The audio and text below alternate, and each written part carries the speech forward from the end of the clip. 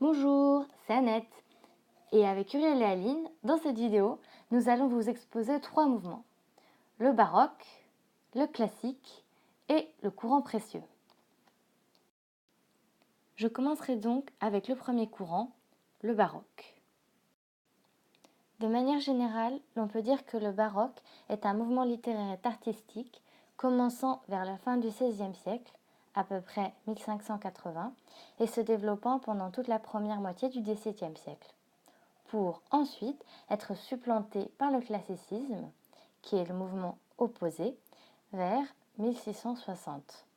De plus, il est important de noter que le courant baroque ne fut considéré comme tel qu'après la deuxième moitié du XXe siècle, autrement dit qu'il fut redécouvert vers 1950. Il n'y avait donc pas encore de théorie définie, et c'est pourquoi il n'y a pas d'école ou de doctrine datant de l'époque à laquelle il apparut.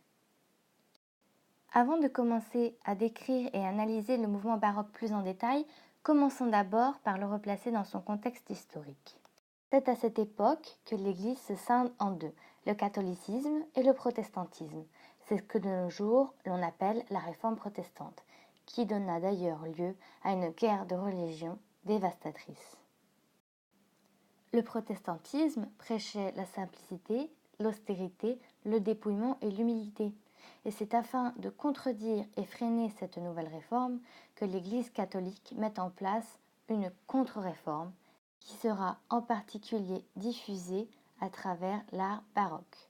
Son but est d'impressionner le pratiquant grâce à un culte ostentatoire et grandiose, des formes exubérantes, une profusion de détails et d'ornements, pour en appeler aux sentiments et aux émotions des croyants. C'est aussi à cette période que beaucoup de nouvelles découvertes bouleversantes sont faites, notamment en 1543, la découverte de l'héliocentrisme par Copernic. L'homme n'est plus le centre de l'univers, il ne fait que graviter autour du Soleil. Ceci déstabilisera les consciences et fera naître un sentiment d'instabilité, d'insécurité et de doute. Le terme baroque découle du mot barocco, signifiant perle irrégulière en portugais. Dans le langage commun, l'on se réfère à quelque chose de bizarre, excentrique, surchargé. En art et en architecture, l'on pense à la liberté des formes, à un goût prononcé pour les courbes et les mouvements, les créations complexes et très détaillées, ainsi que d'autres caractéristiques comme le contraste lumière-ombre, les visages très expressifs ou encore la confusion des courbes. Ce que d'ailleurs on peut remarquer dans les deux exemples placés ci-dessous. Les thèmes de prédilection dans le baroque, autrement dit ceux principalement abordés, sont l'illusion, le rêve, l'amour, le changement, la métamorphose, le mouvement, l'instabilité, la duplicité et un goût pour le bizarre, ce qui est étrange, irrégulier, ce qui choque. Thèmes qui correspondent d'ailleurs très bien aux caractéristiques du style du mouvement. Dans la littérature, les caractéristiques et tendances du mouvement sont donc les suivantes. Premièrement, une abondance de figures de style, comme par exemple des antithèses, des oxymores, des métaphores et des hyperboles. Puis, un mélange de genres et de styles, comme par exemple la tragicomédie ou la comédie-ballet. Ensuite, la recherche des extrêmes, dans le contenu et dans l'expression, ainsi qu'un foisonnement de personnages et d'intrigues. Un goût prononcé pour le mouvement, qui se traduit par une abondance de verbes de mouvement, d'adjectifs et d'adverbes, et dernièrement, une propension au lyrisme. L'auteur tente souvent de décrypter les profondeurs mystérieuses de l'âme humaine et joue sur les sentiments et les émotions du lecteur.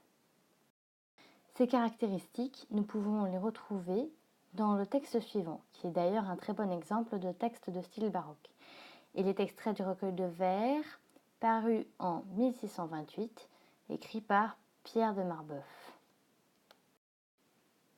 Et la mer et l'amour. Et la mer et l'amour ont la mer pour partage, et la mer est amère, et l'amour est amer. L'on s'abîme en l'amour aussi bien qu'en la mer, car la mer et l'amour ne sont point sans orage. Celui qui craint les eaux, qu'il demeure au rivage, celui qui craint les maux qu'on souffre pour aimer, qu'ils ne se laissent pas à l'amour enflammé, et tous deux, ils seront sans hasard de naufrage. La mer de l'amour eut la mer pour berceau, le feu sort de l'amour, sa mère sort de l'eau, mais l'eau contre ce feu ne peut fournir des armes. Si l'eau pouvait éteindre un brasier amoureux, ton amour qui me brûle est si fort douloureux, que j'eusse éteint son feu de la mer de mes larmes. Nous allons maintenant analyser ce texte, et malheureusement pas dans son intégralité car ce serait beaucoup trop long, mais simplement souligner les aspects qui font de lui un texte de style baroque. Premièrement, l'on peut relever le raffinement du langage, les jeux de mots et de construction. L'auteur veut impressionner le lecteur par sa virtuosité. Nous pouvons donc citer de nombreuses figures de style. Des parallélismes, comme par exemple dès le premier vers entre les deux thèmes principaux, la mer et l'amour, puis des hyperboles comme la mer de mes larmes ou si fort qui insistent sur la souffrance causée par l'amour. Puis nous pouvons relever des chiasmes comme par exemple dans les premiers vers l'inversion des termes amour et la mer,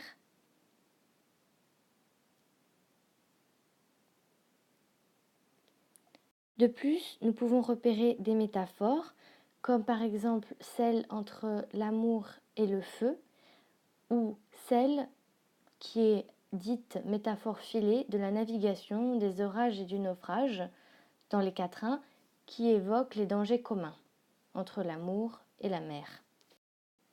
Ensuite, nous pouvons voir des personnifications, comme au vers 11 par exemple, et des anaphores au vers 1 et 2, puis 5 et 6.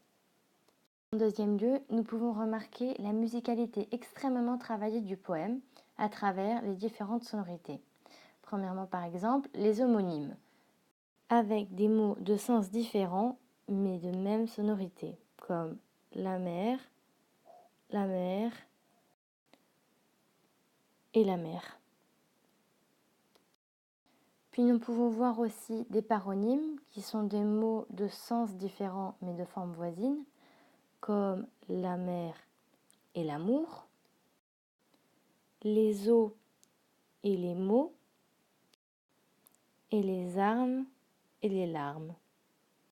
Ensuite, nous avons bien évidemment les répétitions des mots comme mer, amer, feu, eau, mer ou amour qui reviennent en continu dans tout le poème.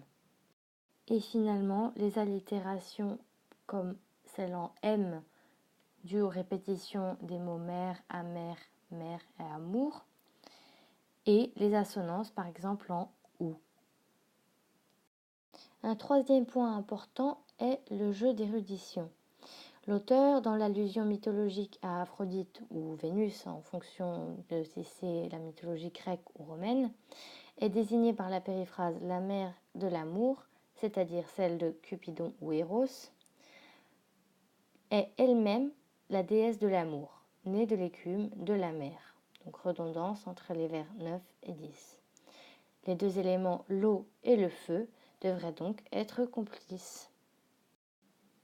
Or, l'on remarque des vers 11 à 14 qu'ils deviennent antagonistes, l'eau ne parvenant pas à éteindre le feu de l'amour. L'homme est donc l'objet de forces qui le dépassent, l'amour représenté par le feu, c'est-à-dire les éléments, et de plus, il se trouve dans une situation instable et incontrôlable, idée transmise par l'image de la mer, flux-reflux, vagues, houle et ressac. Finalement, ce poème élégiaque reprend les thèmes de l'amour, de la passion et de la souffrance, en incluant nombre de figures de style et sonorité, ainsi qu'en procurant les sensations de mouvement et d'instabilité, thèmes et caractéristiques récurrentes dans le baroque. Enfin, à titre d'information supplémentaire, voici quelques-uns des auteurs majeurs du mouvement, ainsi que leurs œuvres les plus connues. Nous avons donc Agrippa d'Aubigné, Cyrano de Bergerac, Saint-Amand, Corneille, Théophile de Viau, Tristan l'Hermite et Honoré d'Urfé. Et voilà, et ce sera donc tout pour le baroque.